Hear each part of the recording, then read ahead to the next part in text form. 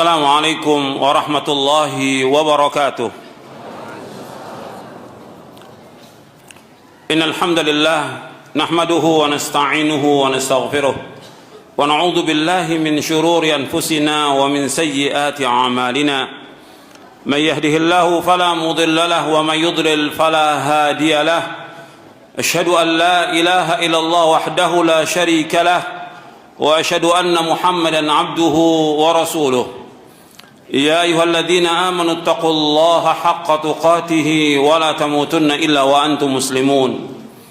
يا أيها الناس اتقوا ربكم الذي خلقكم من نفس واحدة وخلق منها زوجها وبث منهما رجالا كثيرا ونساء واتقوا الله الذي تساءلون به والأرحام إن الله كان عليكم رقيبا. يا أيها الذين آمنوا اتقوا الله وقولوا قولا سديدا يصلح لكم أعمالكم ويغفر لكم ذنوبكم ومن يطع الله ورسوله فقد فاز فوزا عظيما. أما بعد فإن أصدق الحديث كتاب الله وخير الهدي هدي محمد صلى الله عليه وعلى آله وسلم وشر الأمور محدثاتها وكل محدثة بدعة وكل بدعة ضلالة وكل ضلالة في النار. Kemudian juga yang ketiga, bahwa dakwah Ahlussunnah mengajak umat Islam untuk beribadah kepada Allah dengan benar. Jadi kita ini dakwah ini mengajak orang bagaimana beribadah kepada Allah dengan benar. Ketika kita bilang beribadah, maka yang pertama kali yang paling penting ibadah itu ibadah qalbiyah. Ibadah qalbiyah arti ibadah apa? Qalbi artinya apa? Hati. Ini dulu. Sebab ada orang ibadah tapi hatinya kosong dari keimanan, kosong dari ketakwaan, kosong dari keikhlasan. Ibadah hati. Antum lihat orang-orang munafik, ngaku nggak mereka beriman? Ngaku. Tapi Allah katakan mereka tidak beriman karena hatinya nggak beriman. Wa minan nasi may yaqulu amanna billahi wa bil yaumil akhir wa ma hum bimu'minin. Dan termasuk yang mengatakan bahwa kami beriman kepada Allah akhir, pada akhirnya mereka tidak beriman. Antum lihat di sini. Di halaman 279. Antum lihat di halaman 279. Bahwa ibadah itu kata Syekhul Islam Ibnu Taimiyah rahimahullah, ismun jami'un likulli ma yuhibbu Allah wa yarda min al-aqwali wal a'mali al-batina wal zahira. Bahwa ibadah salah satu nama yang mencakup segala apa yang dicintai dan diridhai oleh Allah, berupa perkataan, perbuatan yang tersembunyi maupun yang nampak. Ibadah terbagi menjadi ibadah hati, lisan dan anggota badan. Yang pokok, yang pertama kali ibadah apa? Hati. Ibadah hati paling pokok. Itu rasa khauf, rasa takut kepada Allah, rasa raja, rasa harap kepada Allah, mahabbah, cinta kepada Allah, tawakal hanya kepada Allah, raghbah, senang, kemudian rahbah, takut. Ini ibadah qalbiyah yang berkaitan dengan hati. Kemudian ibadah lisan seperti tasbih, tahlil, takbir, tahmid, syukur dengan lisan dan hati. Kemudian ibadah badan seperti salat, zakat, haji, jihad. Ini ibadah semuanya ini, mencakup qalbiyah, mencakup fisik juga dan harta. Ini harus kita perhatikan, ibadah-ibadah ini harus betul-betul kita luruskan. Kalau antum mau baca penjelasan Ibnu Qayyim bagus sekali yang berkaitan dengan hati. Dia bahas tentang hati ini. Harus dibereskan hati dulu. Ketika hati nggak beres, semua nggak beres. Makanya nanti ada pembahasan di sini bahwa dakwah salaf ini juga berusaha bagaimana mendakwakan umat ini untuk membersihkan hati, tazkiyatun nufus. Itu dulu. Ketika hati rusak, ya semuanya rusak. Hatinya rusak, meskipun dia dakwah, tapi hatinya rusak semuanya. Karena yang keluar juga rusak. Ini gelas ini. Ya. Ini air putih. Yang netes juga, kalau ini ceret, karena air putih yang netes juga air putih. Nggak mungkin susu. Kalau isinya susu, yang netes juga susu. Kalau isinya kopi, yang netes juga kopi. Al-ina bima fihi yantahu. Ina itu dengan apa yang ada itu netes. Kalau dia hatinya rusak, yang keluar dari mulutnya rusak. Antum lihat, ya. Dia orang biasa, dia talibul atau dia dai. Ketika hatinya rusak, yang keluar dari mulutnya rusak. Al-ina bima fihi yantah. Ini pepatah bukan hadis. Pepatah. Karena begitu kenyataan. Netesnya itu. Kalau hati itu rusak, benci pada orang, hasad, dengki, yang keluar itu juga dengki pada orang. Kalau hatinya rusak, nggak senang dengan orang, dia akan mengatakan nggak senang pada orang. Memang hatinya rusak. Makanya ini harus diperbaiki hati ini. Harus dibersihkan. Dan itu nanti ada pembahasannya berkaitan dengan tazkiyatun nufus. Dan juga ada bukunya khusus tentang pembahasan tentang tazkiyatun nufus. Manhaj Ahlussunnah tentang tazkiyatun nufus. Ini harus dibersihkan. Kalau enggak rusak nanti. Sekarang antum ibadah kepada Allah. Ibadah, sholat umpamanya. Hatinya enggak ikhlas. Diterima atau tidak?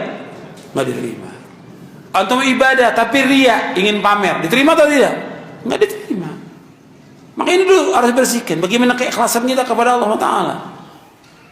Menunjukkan ibadah hanya kepada Allah dengan ikhlas. Allah berfirman, fa'budillaha mukhlishan lahuddin. Beribadahkan kepada Allah dengan ikhlas semata karena agamanya.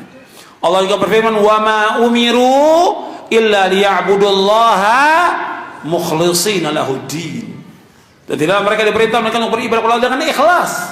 Maka ini perhatikan, coba kita ikhlas atau enggak dalam kita beribadah, dalam kita sholat, puasa, membaca Al-Quran, dalam kita menuntut ilmu, dalam kita menjadi imam, ketika kita azan, ketika kita berdakwah, ketika kita mengajar, ikhlas atau tidak?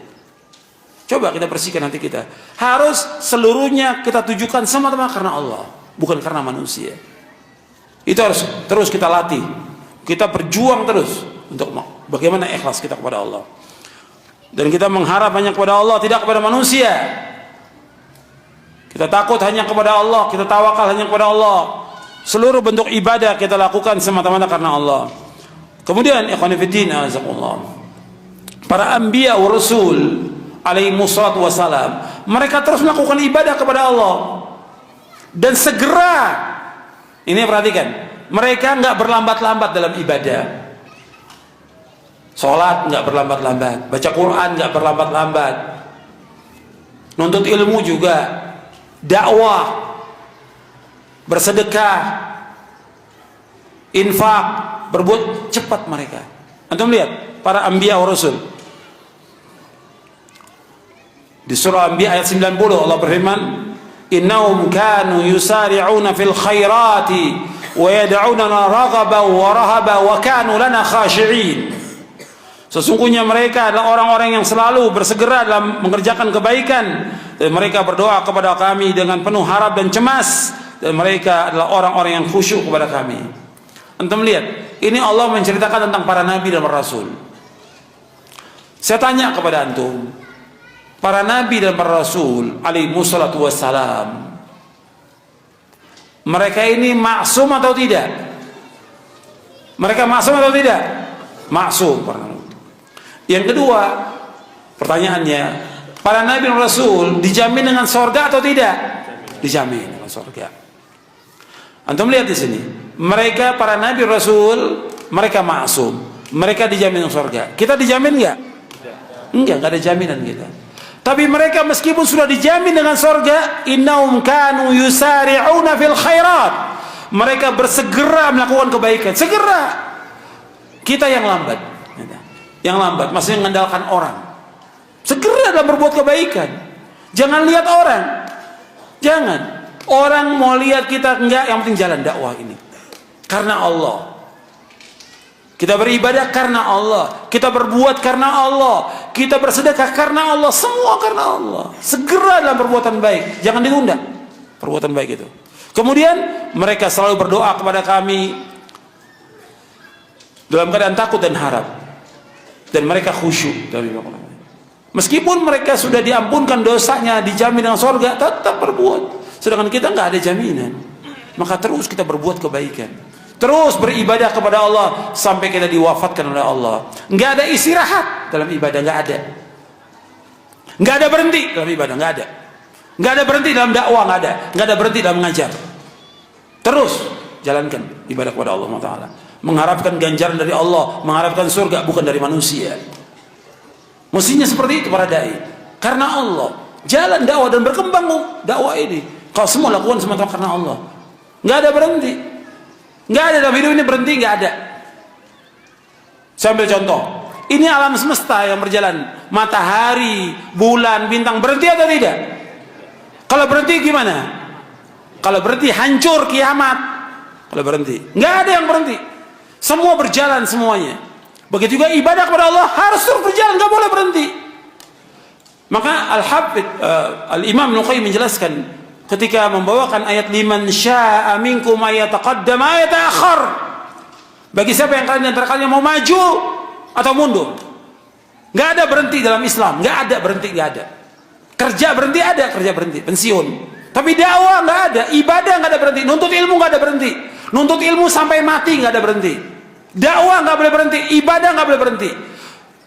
Bagi siapa dan kalian yang mau maju atau mundur, maju menuju sorga, mundur menuju neraka. Nggak ada jalan lain, nggak ada berhenti dalam dakwah ini, nggak ada berhenti. Harus maju, harus tegak dakwah ini. Itu Islam. Ibadah harus terus. Lihat para nabi. Apakah mereka berhenti ibadah kepada Allah karena sudah dijamin dengan sorga? Enggak. Allah berfirman kepada Nabi Muhammad SAW, wa'bud rabbaka hatta ya'tiyakal yakin. Beribadah kepada Allah sampai datang al-yakin, yaitu al-maut. Kata mufassirin, al-maut. Nabi terus beribadah sampai meninggal dunia. Padahal diampunkan dosa yang lalu dan akan datang. Sorga yang paling tinggi. Tetap Nabi ibadah kepada Allah. Tetap Nabi berdakwah hatta di akhir-akhir hayatnya. Sampai 5 hari menjelang wafat Nabi berkata, 5 hari menjelang wafat, di tempat tidurnya Nabi bersabda, la'anallahu al-yahuda wan nasara ittakhadhu qubur anbiya'i masajid. Mudah-mudahan Allah melaknat orang Yahudi dan Nasrani kalau mereka menjadikan kubur Nabi mereka sebagai tempat ibadah.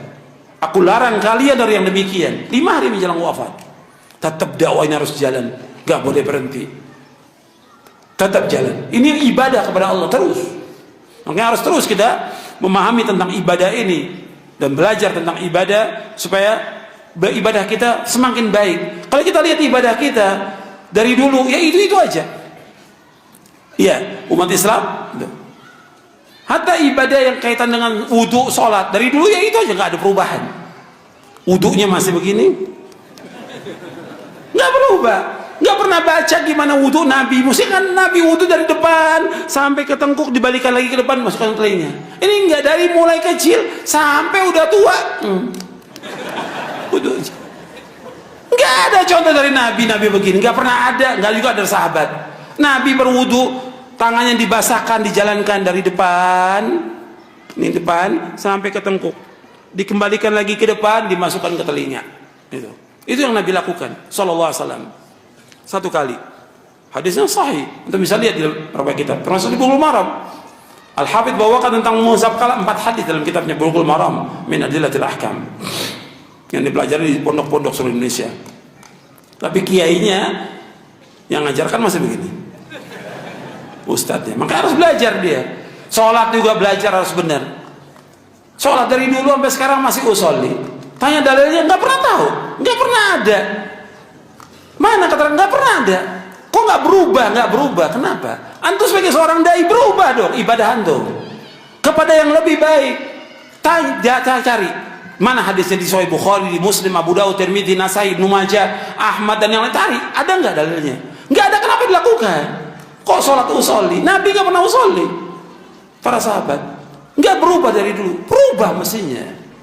Ibadah, tumakninahnya, khusyuknya. Ini para nabi. Wa kanu lana khashi'in. Dan mereka semua khusyuk. Kita doa tapi kita nggak amalkan doa itu.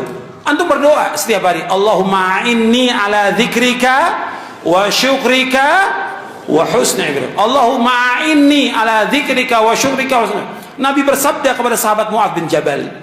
Kata Nabi, hadisnya sahih dari Tirmidzi, Ahmad dan yang lainnya. Kata Nabi, ya Mu'adz, inni uhibbuka la tada'anna dubura kulli salatin taqul Allahumma inni ala dzikrika wa syukrika wa husni ibadatik.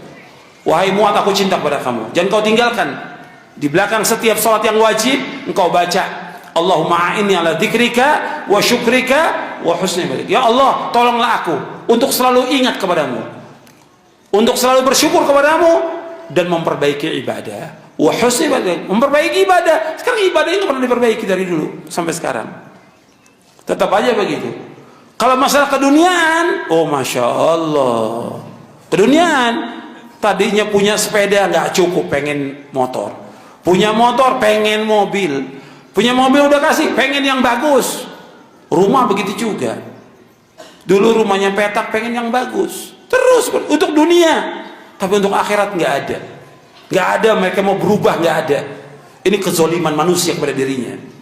Coba rubah, ibadah kita rubah. Untuk dunia kita gajinya tadinya 1 juta, pengen 2 juta. Pengen nambah lagi. Terus seperti itu. Tapi kalau kalian ibadah dari dulu sampai sekarang, ya itu aja sudah. Dari dulu nyanyi, ya sekarang juga nyanyi. Kok ibadah nyanyi? Nggak ada nyanyi dalam Islam. Gimana ibadah? Perbaiki ibadah kita kepada Allah. Benar atau tidak? Ini dakwah. Dakwah Islam mengajak pada ibadah yang benar. Ikhlas karena Allah dan ittiba, mengikuti contoh Rasulullah sallallahu alaihi wasallam. Ini mestinya dakwakan kepada semua manusia. Baru akan ada perubahan kaum muslimin. Kalau dibiarkan dai hanya untuk bagaimana supaya orang bisa senang, nggak bisa dalam dakwah. Sampaikan kebenaran kepada manusia meskipun pahit. Bukan senang manusia, mau senang tidak, saya nunjukkan kebenaran kepada kamu agar kamu selamat dunia akhirat. Itu tujuan dalam dakwah ini. Nggak mengharapkan sesuatu dari manusia. Tidak pujian dan tidak juga harta mereka. Sampaikan yang hak kepada mereka agar mereka beribadah kepada Allah dengan benar, dan kita dapat ganjaran besar, ganjarannya sampai hari kiamat kalau kita menunjuki manusia di atas kebaikan dan kebenaran, di atas ibadah yang benar kepada Allah SWT. Saya pikir cukup karena nggak semua bisa dijawab. Mudah-mudahan bermanfaat buat kita semuanya kajian ini, dan antum baca lagi di rumah. Mudah-mudahan Allah memberikan rahmat, memberikan barokah kepada kita, dan juga menetapkan kita di atas Quran wa sunnah ala fahmi salaf sampai kita diwafatkan oleh Allah Ta'ala. Kurang lebihnya saya mohon maaf. Wassalamualaikum Muhammadin sallallahu alaihi wasallam. Subhanakallahumma bihamdik asyhadu an la ilaha illa anta astaghfiruka wa atubu ilaik. Assalamualaikum warahmatullahi wabarakatuh.